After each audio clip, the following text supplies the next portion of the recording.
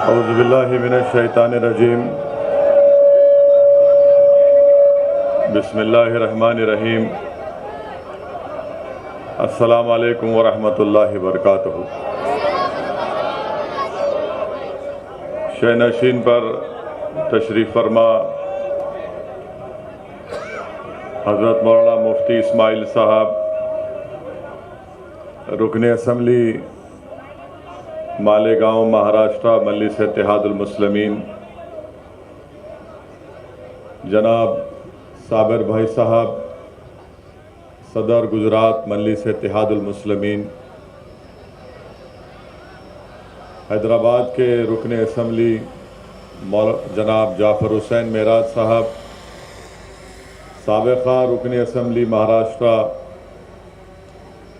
जनाब वारिस पठान साहब, मोअज़्ज़िज़ उलमाए किराम, मशाइख़ीन उज़्ज़ाम, मेरे अज़ीज़ दोस्तों और बुज़ुर्गों, मेरे ग़य्यूर नौजवान साथियों, मैं आप तमाम का दिल की गहराइयों से शुक्रिया अदा करता हूँ कि आप तमाम ने अपना कीमती वक्त निकाल कर आज के इस मजलिस इत्तेहादुल मुस्लिमीन के जलसे में शिरकत की। मैं आपका शुक्रिया अदा करता हूँ और अल्लाह से दुआ करता हूँ कि अल्लाह सुब्हाना व तआला आपके दिलों में जो अल्लाह ने अपने फ़ज़ल से मजलिस इत्तेहादुल मुस्लिमीन के लिए जो मोहब्बत पैदा की, ये मोहब्बत अल्लाह सुब्हाना व तआला इसको क़ायम और दायम रखे। और इंशाअल्लाह ताला आपका यहाँ पर हज़ारों की तादाद में जमा होना, मुझे यकीन है कि वडगाम की सरज़मीन पर एक नया सियासी इनक़लाब लिखा जाएगा इंशाअल्लाह। मेरे अज़ीज़ दोस्तों और बुज़ुर्गों, आपने अभी मुफ्ती इस्माइल साहब से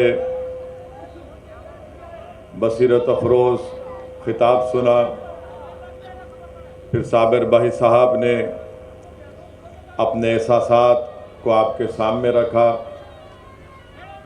और फिर वारिस पठान साहब ने गुजराती में और उर्दू में अपने जज्बात को आपके सामने रखा। मैं आपके पास सिर्फ इस बात का पैगाम देने आया हूँ कि ये हमारा वतन जिसको हम भारत कहते हैं, इस वतन अज़ीज़ को हमने, हमारे बुज़ुर्गों ने, हमारे असलाफ़ ने अपने खून और पसीने से और अपनी क़ुरबानियों से इस मुल्क को आज़ाद करवाया। और इस मुल्क की आज़ादी में जहाँ पर हमारे बुज़ुर्गों ने अपना सब कुछ क़ुरबान किया, वहीं पर तारीख़ गवाह है कि हमारे बुज़ुर्गों ने माल्टा की जेलों में तकालीफ़ उठाई, अंग्रेज़ों के जुल्म का शिकार होना पड़ा, अपने घर बार को उनको छोड़ना पड़ा, तभी जाकर इस मुल्क को आज़ादी मिली। मेरे अज़ीज़ दोस्तों और बुज़ुर्गों, मुल्क आज़ाद होने के बाद संविधान बनाया गया और उस संविधान में इस बात की इजाज़त दी गई कि हमको ना सिर्फ इज़्ज़त दी जाएगी बल्कि हमको भारत के संविधान के तहत हमको अपने मज़हब पर, अपनी तहज़ीब पर चलने की मुकम्मल आज़ादी दी गई। आज जहाँ पर हम हमारे मुल्क की आज़ादी का अमृत उत्सव मना रहे हैं, मगर मेरे अज़ीज़ दोस्तों और बुज़ुर्गों, मुझे कहना पड़ेगा कि अमृत उत्सव तो मना रहे हैं, मगर ये कौन सा अमृत आप देश में बांट रहे हैं कि जहाँ पर आप और हमसे कहा जा रहा है कि हमारी बेटियाँ, हमारी माएँ,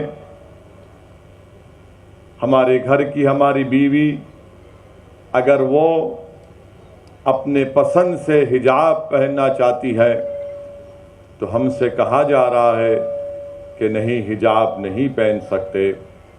अगर वो हिजाब पहनकर पढ़ना चाहती हैं तो हमारी बेटियों से कहा जा रहा है कि अगर तुमको पढ़ना है तो तुम हिजाब उतार कर पढ़ो, और हिजाब को जिहाद से जोड़ दिया गया। आप बताइए मेरे अजीज दोस्तों और बुजुर्गों, हिजाब पहनना भारत के संविधान के तहत जो आर्टिकल है 29 के तहत हमको इजाजत है कि अपने कल्चर पर चलें। सुप्रीम कोर्ट का फैसला है कि कौन क्या खाता है, अपने घर में क्या पहनता है, वो उसका बुनियादी हक है, फंडामेंटल राइट है, मगर उस पर सवाल उठा रहे हैं।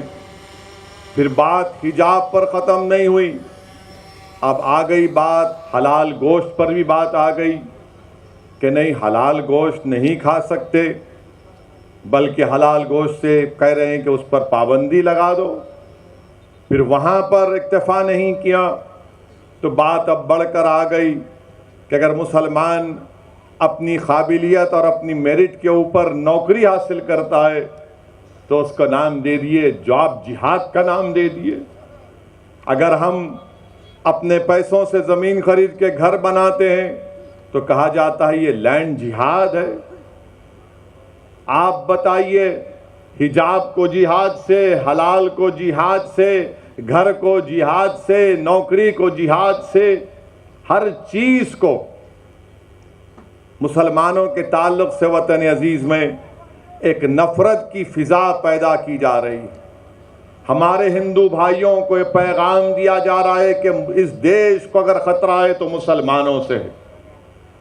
मैं आपके दरमियान में खड़े होकर ये बात साफ और वाज़े अल्फाज में कह रहा हूँ कि इस देश को अगर ख़तरा है तो गांधी के कातिलों से ख़तरा है। इस देश को अगर खतरा है तो नाथूराम गोडसे को अपना हीरो मानने वालों से, इन जालिमों से खतरा है। मगर इस पर बात नहीं होगी। गोडसे के भक्त आज ये नफरत की फिजा भारत में पैदा कर रहे हैं। आज आप देख रहे हैं कि जब मैंने हिजाब के मसले को उठाया तो उत्तर प्रदेश के विधानसभा के चुनाव चल रहे थे, तो मुझ पर तनकीद की गई कि वैसी तुमने उत्तर प्रदेश में हिजाब के मसले को क्यों उठाया। मेरे अजीज दोस्तों और बुजुर्गों, मैं हुफ़ाज़ किराम के दरमियान में खड़े होकर लब कशाई कर रहा हूं। मैं उलमाए किराम के दरमियान में खड़े होकर बोलने की जुर्रत कर रहा हूं। मैं सियासत के मदरसे का तालिब इल्म हूं और सियासत सीखने की कोशिश कर रहा हूं, और सियासत का तालिब इल्म होने की बुनियाद पर मैं ये कह सकता हूं कि हर चीज़ इस्लाम दुश्मन ताकतें ये देखती हैं कि मुसलमानों को मुल्क के एक हिस्से में चुमटी लेकर देखो, तनकीद करके देखो, इनको हिलाकर देखो, इनका रद्द अमल क्या होगा। जब मैंने हिजाब के खिलाफ आवाज़ उठाई और कहा कि हिजाब हम पहनेंगे, हमारी बेटी, हिजाब हमारा बुनियादी हक है, अगर आज हिजाब पर खामोश हो जाओगे तो कल कहेंगे दाढ़ी बहुत लंबी है, कम कर लो।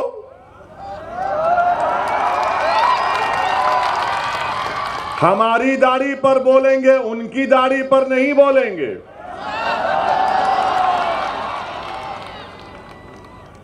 कल कहेंगे कि नहीं टोपी बड़ी ठीक नहीं है, टोपी उतार लो। तो ये कोशिश जो मुल्क में की जा रही है वो क्या है? तनकीद करने वाले करो मुझ पर तनकीद, मगर हिजाब को क्यों टारगेट किया जा रहा है? क्योंकि मुसलमानों का कल्चर उनसे छीन लिया जाए, मुसलमानों की तहजीब को उनसे छीन लिया जाए। जब मुसलमानों को उनकी तहजीब और तमद्दुन से दूर कर दिया जाएगा तो मुसलमान क्या रहेगा? एक जिंदा लाश रहेगा। इसीलिए मैं आपसे कह रहा हूं कि आपको अपनी एक सियासी ताकत और अपनी आवाज को बनाना है।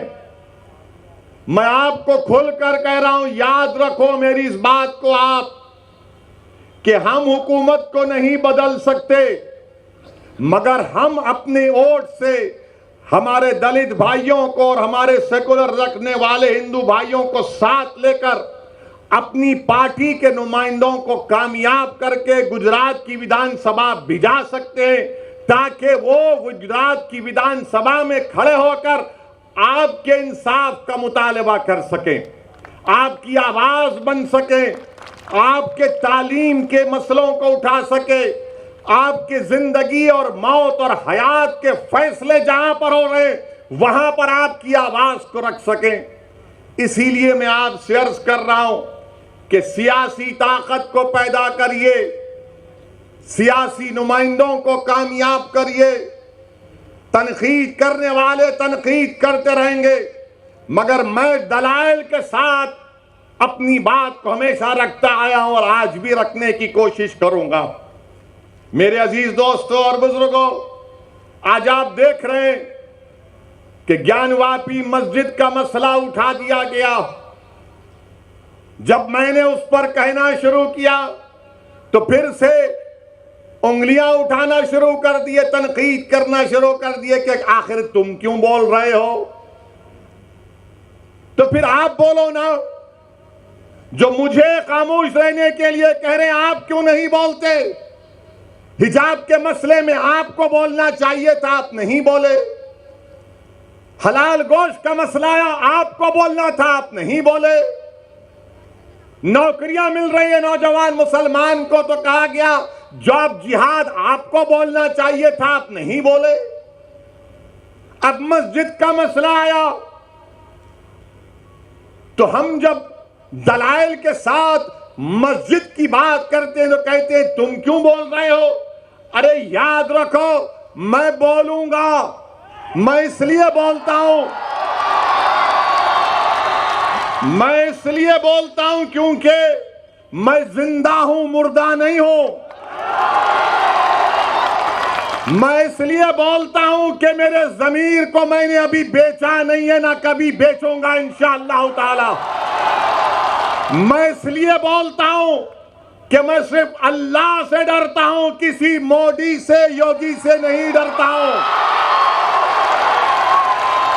मैं इसीलिए बोलता हूं क्योंकि भारत का संविधान जिसको बाबा साहिब अंबेडकर ने बनाया, मुझे फ्रीडम ऑफ एक्सप्रेशन की इजाजत है और मैं खुलकर अपनी बात को रखना चाहता हूं। हां, तुमको अगर मेरी बात पसंद नहीं आती है तो अपने कान में उंगलियां रख लो, मगर तुम मेरी जबान को बंद नहीं कर सकोगे। तो याद रखिए, अगर आज आप ये सोच कर आए कि हम इसका भाषण सुनेंगे, तो मैं आपसे अपील कर रहा हूं कि मैं कोई खव्वाल नहीं हूं, कोई गाने वाला नहीं हूं कि आप मेरी आवाज को सुनकर वाह वाह हासिल करने में नहीं आया हूं। मैं इसलिए आया हूं और आता रहूंगा वडगाम को कि आप इस सरजमीन पर अपने एक सियासी लीडर को पैदा करिए, अपनी क़ियादत को मजबूत करिए गुजरात में। मेरे अजीज दोस्तों और बुजुर्गों, मस्जिद का मसला आया, मस्जिद तो मेरी है ना, मस्जिद तो मेरी है। और ज्ञानवापी मस्जिद के बारे में टीवी चैनल पर बहुत शाम में 6 बजे, रात में 9 बजे बैठकर ये बहुत दर्स देते हैं, ये हमको सिखाते हैं मस्जिद क्या है क्या नहीं है।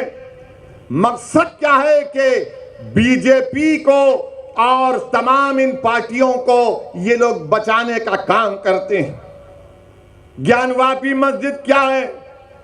1991 में हाई कोर्ट ने स्टे दे दिया, तो आप अक्टूबर 2021 में जाते हैं, वही मुतालबा करते हैं।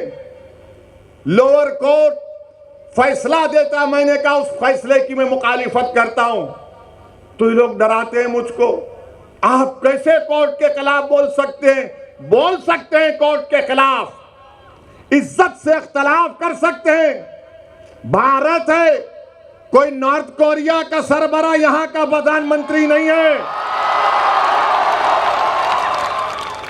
हम बोले, टीवी चैनल वाले आकर हमसे पूछे, तुमने कहा कि 91 में पार्लियामेंट ने कानून बनाया जिसमें कहा गया कि 15 अगस्त 47 को जो मस्जिद और मंदिर थी वो वही मौक़िफ़ उसका रहेगा।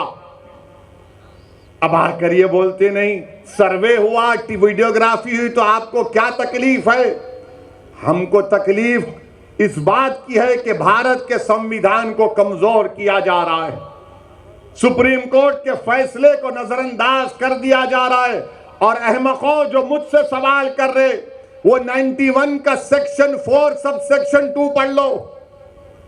सेक्शन 4 सब सेक्शन 2 साफ तौर से कहता है कि जो 15 अगस्त 47 को था वही रहेगा। मगर मेरे अजीज दोस्तों और बुजुर्गों, याद रखिए मेरी इस बात को, जब मैं 21 साल का था तो बाबरी मस्जिद को मुझसे छीन लिया गया। अब हम वही 19-20 साल के बच्चों की आंखों के सामने दोबारा मस्जिद को नहीं खोएंगे इंशाअल्लाह ताला। क्या आप तमाम लोग अहद लेते हैं कि हम कोई मस्जिद को नहीं खोएंगे? क्या आप अहद लेते हैं कि अब हम कोई मस्जिद को नहीं खोएंगे? तो अगर अहद लेते हैं तो हाथ उठाकर कहिए नारे तकबीर, नारे तकबीर। इनको पैगाम मिलना चाहिए, मस्जिद को अब हम नहीं खोएंगे। तुम्हारे दिल फरेब और हथकंडों से हम जान चुके तुम्हारे हथकंडों को। और अल्लाह के रसूल सल्लल्लाहु अलैहि वसल्लम का हदीस शरीफ है कि मोमिन वो है जो 2 बार एक सुराख से नहीं डसा जाता। अब हम दोबारा नहीं इनको डसने देंगे। मस्जिद है और रहेगी इंशाअल्लाह ताला सुबह क़यामत तक। ज्ञानवापी मस्जिद मस्जिद थी और जब तक अल्लाह दुनिया को कायम रखेगा मस्जिद रहेगी इंशाअल्लाह ताला। और हमारा काम यह है कि हम अपने मस्जिदों को आबाद रखें। हमारी भी जिम्मेदारी है कि रमजान हो गया तो मस्जिद के दरो दीवार तरसती हैं कि कहां गए वो लोग जो रमजान के 30 दिन अल्लाह के घर में आकर सर्वसजूद हो रहे थे। तो याद रखो, मस्जिदों की हिफाजत पहले हमको अपनी महल्लों की मस्जिदों को आबाद रख के रखना। अगर हम अपने महल्लों की, गांव की मस्जिद को आबाद रखेंगे तो ये शैतानी ताकतें जो ललचाई हुई नजरों से हमको अपनी तहजीब से महरूम करना चाहती हैं, इनको पैगाम मिल जाएगा कि अब दोबारा मुसलमान भारत का मस्जिद खोने को तैयार नहीं है। मेरे अजीज दोस्तों और बुजुर्गों, मगर आज्ञानवापी का मसला आया, हिजाब का मसला आया, तो क्या कांग्रेस पार्टी ने कुछ कहा? कोई कांग्रेस के लीडर ने कहा? नहीं बोलेंगे। क्या समाजवादी के या आप पार्टी के किसी कायद ने कहा? नहीं बोलेंगे। क्यों नहीं बोलेंगे? क्योंकि इनको मालूम कि मुसलमान तो डराओ, इसको डराओ और डरा कर वोट हासिल कर लो। इनको मालूम कि मुसलमानों का जहन उसमें डाल दिया गया कि नहीं नहीं, आपको सरकार को बदलना है। मेरे अजीज दोस्तों और बुजुर्गों, याद रखिए मेरी इस बात को कि हुकूमत को आप नहीं बदल सकते, अपने नुमाइंदों को आप कामयाब कर सकते हैं। अरे मस्जिद का मसला आया तो नहीं बोलेंगे, हिजाब का मसला आया तो नहीं बोलेंगे, दिल्ली के जहांगीरपुरी में गरीबों की दुकानों को तोड़ दिया गया तो मुंह नहीं खोलेंगे। मैं जब दुकानों को दिल्ली में तोड़ा जा रहा था, जब बुलडोजर दुकान के पास पहुंच चुके तो किसी गरीब ने मुझे फोन करके कहा कि ओवैसी का तुम आओगे या नहीं आओगे? मैंने कहा जरूर आऊंगा। पहली फ्लाइट लेकर दिल्ली को जब पहुंचा, हमारे दिल्ली के मजलिस के सदर कलीम हफीज साहब से कहा कि हमको जाना है। हम गए वहां पर, उसी मस्जिद में जाकर नमाज मगरिब अदा की, रास्ते में रोजा खोलना पड़ा, वक्त हो गया था। जिस मस्जिद के सामने उसकी दीवार को और गेट को शहीद कर दिया गया था। आप बताइए, क्यों नहीं गए ये तमाम पार्टी के लोग जो मुझ पर इल्जाम लगाते हैं, जो मुझ पर इल्जाम लगाते जाना था ना, नहीं गए। क्यों नहीं गए? क्योंकि उनको मालूम मुसलमान को डराओ और वो खुद ब खुद आपको वोट देता रहेगा। मैं इस मिजाज में तब्दीली पैदा करने के लिए आया हूं। मैं आपसे कह रहा हूं कि सिर्फ अल्लाह से डरो, इन जालिमों से मत डरो। मैं आपसे अपील करने आया हूं कि आप अपनी आवाज को उठाओ। अगर मुल्क में ये तमाम हालात पैदा हो रहे हैं तो उसका मकसद क्या है कि भारत के मुसलमानों को डराया जाए, उनको खामोश कर दिया जाए और उनको मुसलमान सिर्फ उनकी घर तक रखा जाए और बाहर में मुसलमान के कोई मजारे ना करें। मैं आपसे अपील कर रहा हूं कि हम घर में भी मुसलमान बनकर रहेंगे, बाहर भी मुसलमान बनकर रहेंगे। हालात कुछ भी होंगे मगर हम डर कर मायूस हरगिज नहीं होंगे। हम डर कर अपने घर में नहीं बैठ जाएंगे, हिकमत के नाम पर बुज़दिली के मजारे नहीं करेंगे। मैं आपसे ये नहीं कह रहा हूं कि तशद्दुद पर आ जाओ, मैं आपसे ये कह रहा हूं कि अपने हौसलों को बुलंद रखो। मैं आपसे ये नहीं कह रहा हूं कि तशद्दुद करो, मैं आपसे कह रहा हूं कि सब्र का दामन मत छोड़ो, मगर जब मुकाबला होगा तो हिम्मत और हौसले को बुलंद रखो। और मुकाबला जमहूरियत के दायरे में रहकर होगा, मुकाबला जमहूरियत के दायरे में रहकर होगा। हम पीठ नहीं दिखाएंगे, सीना तान कर अपने हक के लिए लड़ेंगे। ये भारत का संविधान हमको इस बात की इजाजत देता है मेरे अजीज दोस्तों और बुजुर्गों। वहीं पर जहांगीरपुरी में हुआ तो मध्य प्रदेश में सेंधवा में, खरगोन में घरों को तोड़ दिया गया और कहा गया कि पत्थर फेंकते थे। अब बताइए, एक वसीम शेख जिसके हाथ कटे हुए हैं, क्या वो पत्थर फेंक सकता है? जिसके दोनों हाथ कटे हुए हैं उसकी दुकान को तोड़ दिया। एक 75 साल के ज़ईफ शख्स को खूब पीटा, कहा कि तुमने पत्थर फेंका। तो उस बूढ़े ने कहा, अरे मैं 10 कदम नहीं चल सकता, कहां पत्थर उठाकर फेंक सकूंगा। क्या कोई आवाज उठी कांग्रेस की तरफ से? मध्य प्रदेश में तो आपकी सरकार थी, गुजरात में खंबाट में, हिम्मतनगर में 10-10 साल पुराने गोडाउन थे, बीजेपी ने उन गोदामों को तोड़ दिया। कौन है ये लोग तोड़ने वाले? क्या गुजरात का मुख्यमंत्री, मध्य प्रदेश का मुख्यमंत्री, गुजरात हाईकोर्ट का चीफ जस्टिस है? क्या तुम कोर्ट के जज बन चुके कि तुम तय करोगे कि कौन किसका घर तोड़ेगा? अरे आज तुम गरीबों का घर तोड़ रहे हो, याद रखो अल्लाह देख रहा है, अल्लाह देख रहा है। फिरौन को भी अपनी ताकत पर गुरूर था, नमरूद को भी था, यजीद को भी था, मगर सबका इख्तिदार चला गया। अगर आज कोई इख्तिदार के नशे में चूर होकर कह रहा है कि घर तोड़ दूंगा, तुम कितने घर तोड़ोगे बताओ? तुम घर तो तोड़ सकते, मगर याद रखो इख्तिदार तुम्हारी हाथ से छीना जाएगा इंशाअल्लाह ताला। इख्तिदार किसी के पास नहीं रहता। बड़े बड़े लोग आकर चले गए। जब अलेक्जेंडर दुनिया से जा रहा था, जिसने आधी दुनिया को फतेह किया, तो उसने एक वसीयत की थी कि जब तुम मेरे जनाजे को लेकर जाओगे तो मेरे हाथ को खुले रखना। लोगों ने पूछा, अलेक्जेंडर द ग्रेट, इसमें क्या हिकमत है? तो उसने कहा कि जिसने आधी दुनिया को फतेह किया, मैं पैगाम ये देना चाहता हूं कि मैं जब दुनिया छोड़ के जा रहा हूं तो मेरे हाथ खाली हैं, मेरे हाथ में कुछ भी नहीं। तो याद रखो, जुल्म करने वालों, जुल्म को रोको। उस खरगोन में, बल्कि उत्तराखंड, खरगोन और उत्तराखंड में हमारी एक मां ने कहा, क्या कहा उस मां ने? मैं बार बार जब उसका वीडियो देखता हूं तो मेरे रोंगटे खड़े हो जाते। हमारी उस मां ने कहा कि मैं सब्र कर लूंगी, अल्लाह नहीं करेगा इंशाअल्लाह। उस मां ने कहा कि मैं सब्र कर लूंगी, अल्लाह नहीं करेगा। और मैं आपसे अपील कर रहा हूं कि अल्लाह पे तवक्कल करो, जिद्दोजहद करो मेरे भाई, मेरी मां और बहनें, जिद्दोजहद करो। सूरह आल इमरान में अल्लाह फरमा रहा है कि सब्र करो, कमर बस्ता हो जाओ और सिर्फ अल्लाह से डरते रहो। हमको जिद्दोजहद करना है।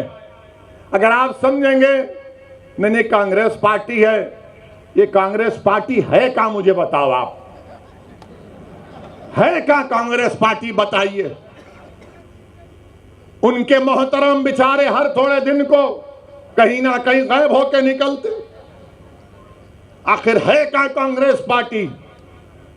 लोग हम पर इल्जाम लगाते हैं कि ओवैसी के आने से गुजरात में ऐसा हो जाएगा, ओवैसी मंजलिस के आने से वो बीजेपी को फायदा हो जाएगा। मैं कांग्रेस पार्टी से पूछना चाह रहा हूं, आपने गुजरात में आखिरी मर्तबा सरकार कब बनाई थी? बताओ कांग्रेसियों, तुमने गुजरात में आखिरी मर्तबा अपनी सरकार कब बनाई थी? आपको मालूम है? कितने साल हो गए? कितने साल हो गए? बच्चे तो नहीं देखे और नहीं देखेंगे इंशाअल्लाह। आप जो बुजुर्ग देखे वो देख चुके, वो भी नहीं देखेंगे। इतने सालों से ओवैसी नहीं आया, इतने सालों से साबिर नहीं आया, इतने सालों से मंजलिस नहीं आई। आप कैसे हार गए? कैसे हार गए? क्या मेरे अजिन्नात आकर आपको बोले कि बीजेपी को वोट डालो? क्या मुफ्ती इस्माइल के मौकिल आकर आपको बोले? फिर कैसे आ रहे आप? इसका कोई जवाब नहीं है इनके पास। मगर अब जब आ रहे हैं तो कह रहे हैं देखो हमारे खाली 3 एमएलए हैं, तुम क्यों आए? आप भीख मांग रहे क्या मेरे से? 3 आपके एमएलए हैं, अगर मंजलिस उसको 12 कर देगी तो आपका ही फायदा है ना इंशाअल्लाह ताला मंजलिस के। हम 3 नहीं चाह रहे, हम बढ़कर चाह रहे हैं, हम अपना हिस्सा चाह रहे हैं। अगर हमारे गुजरात के पटेल भाई मुसलमानों की उनकी आबादी 1 है और उनके 47 एमएलए जीत सकते हैं और हमारे 3 क्यों जीत रहे हैं? बताओ कौन डील कर रहा है? कौन डील कर रहा है? मेरे अजीज दोस्तों और बुजुर्गों, और फिर कांग्रेस के 12 एमएलए बीजेपी में भाग गए। मेरे से पूछ कर गए थे क्या? 12 भाग गए। क्या मैंने उनको बिठाकर हैदराबाद की बिरयानी खिलाई?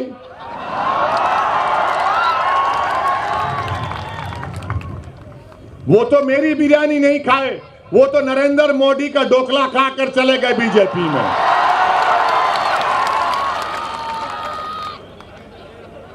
अब कांग्रेस पार्टी कुछ नहीं बोलेगी इस पर। नहीं, आप क्यों आ रहे? राहुल गांधी अमेठी में हार गए, मैं नहीं था।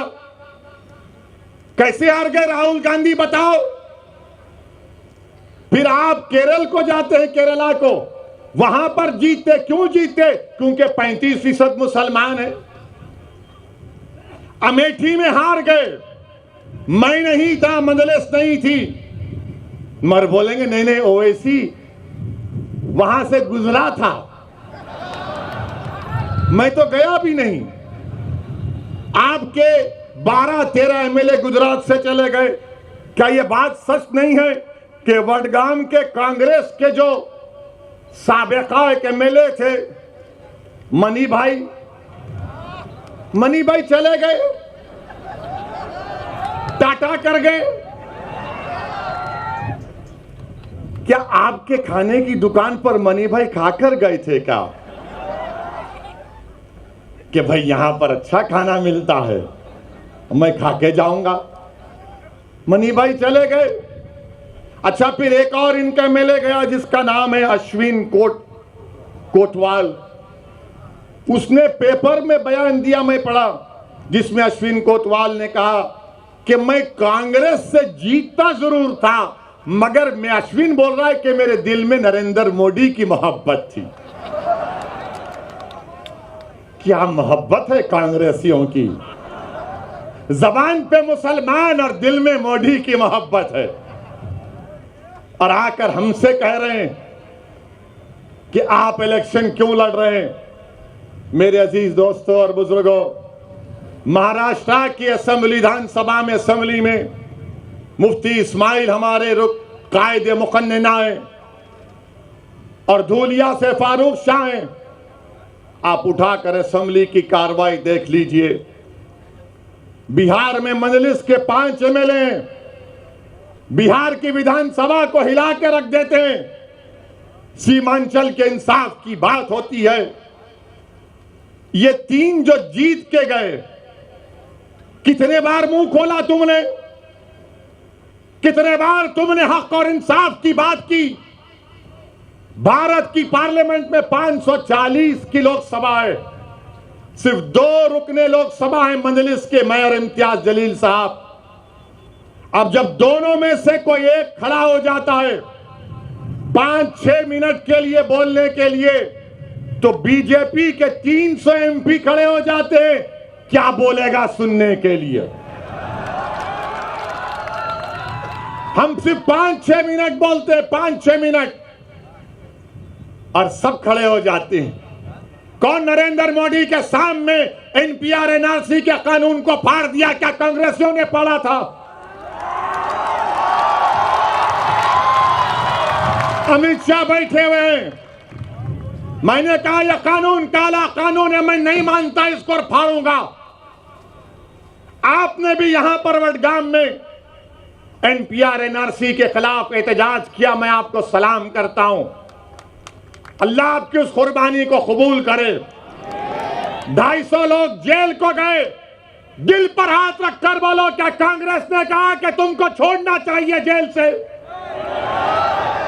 दिल पर हाथ रखकर कहो कि जब 250 लोग एनपीआर एनआरसी में वडगाम के उसमें जेल में गए तो क्या कांग्रेसी बोले?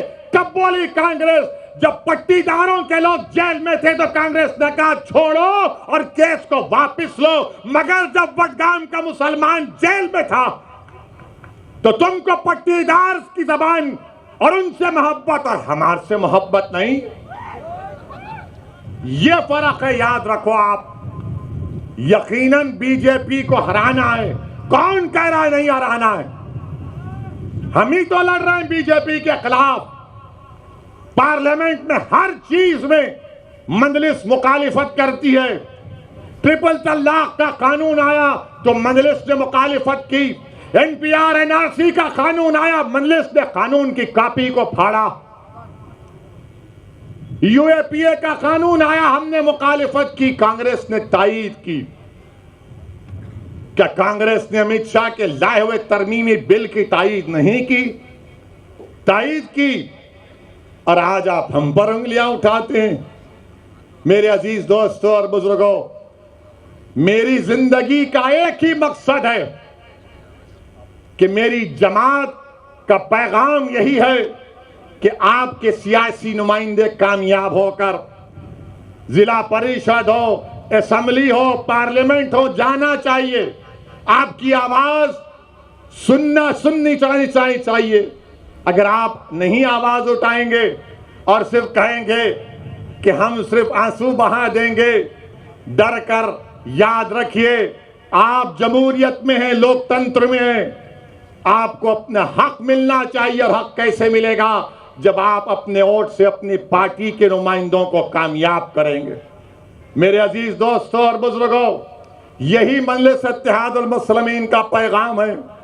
अब मुझे किसी ने पूछा कि ये ज्ञानवापी के नीचे क्या देखना चाह रहे, ताजमहल के नीचे क्या देखना चाह रहे, कुतुब मीनार के नीचे क्या देखना चाह रहे? तो सोशल मीडिया पर मैंने ये पढ़ा मेरे को नहीं मालूम, वल्लाहु आलम। किसी ने कहा, सोशल मीडिया पर लिखा कि वो ताजमहल देखने गया था, आगरा के ताजमहल के जो क्यूरेटर जिम्मेदार थे उनके साथ, उनका रिश्तेदार था। तो उस लड़के ने कहा, लिखता है कि मैं ताजमहल के नीचे जाना चाह रहा था, तहखाने में। तो उसको डायरेक्टर ने कहा कि देखो सेल फोन की इजाजत नहीं है, सेल फोन रख दिए। फिर जब नीचे गए तो फिर चेक किया गया कि क्या सेल फोन है, नहीं था। फिर जब दरवाजा खोलने की बात आई तो कहा दरवाजा नहीं खोलेंगे, उस पे गवर्नमेंट ऑफ इंडिया का मोहर है। उनसे कहा गया कान लगाकर सुन लो। तो उस लड़के ने ताजमहल के तहखाने में जो कमरा है उसमें कान लगाकर सुना, और वो खुद सोशल मीडिया पे लिख रहा है कि उसने बड़ी खूबसूरत इंसान की आवाजें सुनी, उसने बड़ी खूबसूरत इंसान की आवाजें सुनी। और वो क्या कह रहे थे ताजमहल से कि चौकीदार को बोलो नौकरियां नहीं है नौजवानों के पास, चौकीदार को बोलो कि पेट्रोल को कीमतों को कम करें। आवाज, सुरीली आवाज आ रही थी कि चौकीदार से बोलो कि महंगाई बहुत बढ़ गई, कम करो। और फिर बाद में आवाज आई कि चौकीदार चोर भी है। ये मैं नहीं, वो तो लिखा है।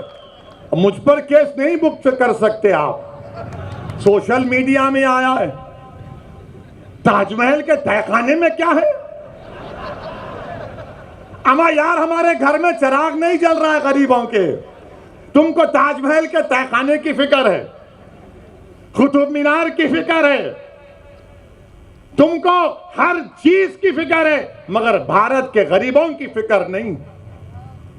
देश के प्रधानमंत्री को अय्यूब पटेल की बेटी की तकलीफ को देखकर देश के प्रधानमंत्री भावुक हो जाते हैं, मगर खंबाट और हिम्मतनगर में उन गरीबों को जो धूप में आज अपनी जिंदगी गुजार रहे हैं, जिनके घरों को तोड़ दिया गया, देश के प्रधानमंत्री, क्या आपके आंख में आंसू नहीं आएंगे? क्या आपके आंख में आंसू सिर्फ टीवी कैमरा को देखकर आएंगे? मेरे अजीज दोस्तों और बुजुर्गों, ये भारत की हकीकत है। कब तक है परमिशन? हाँ ठीक है, ठीक है, कोई बात नहीं है। हाँ नहीं नहीं, 10 बजे खत्म करेंगे, क्योंकि अभी थोड़ा बाकी रखेंगे ना। मैं फिर आऊं ना, मत आऊं, फिर आना पड़ेगा ना मुझे। आप तमाम लोग हमारा साथ देंगे ना, आप तमाम लोग वडगाम से मजलिस को कामयाब करेंगे इंशाअल्लाह। जरा हाथ उठाकर बोल दीजिए। मेरे अजीज दोस्तों और बुजुर्गों, मैं आपसे सिर्फ इतना ही कह रहा हूं कि अपनी सियासी आवाज को बनाइए। मेरी जिंदगी का, आपकी जिंदगी का कोई भरोसा नहीं है। जब हम उत्तर प्रदेश में थे तो 6 गोलियां चलाई गई, अल्लाह का करम था बच गए। तो ये जालिम बोले नहीं, नीचे क्यों चलाए?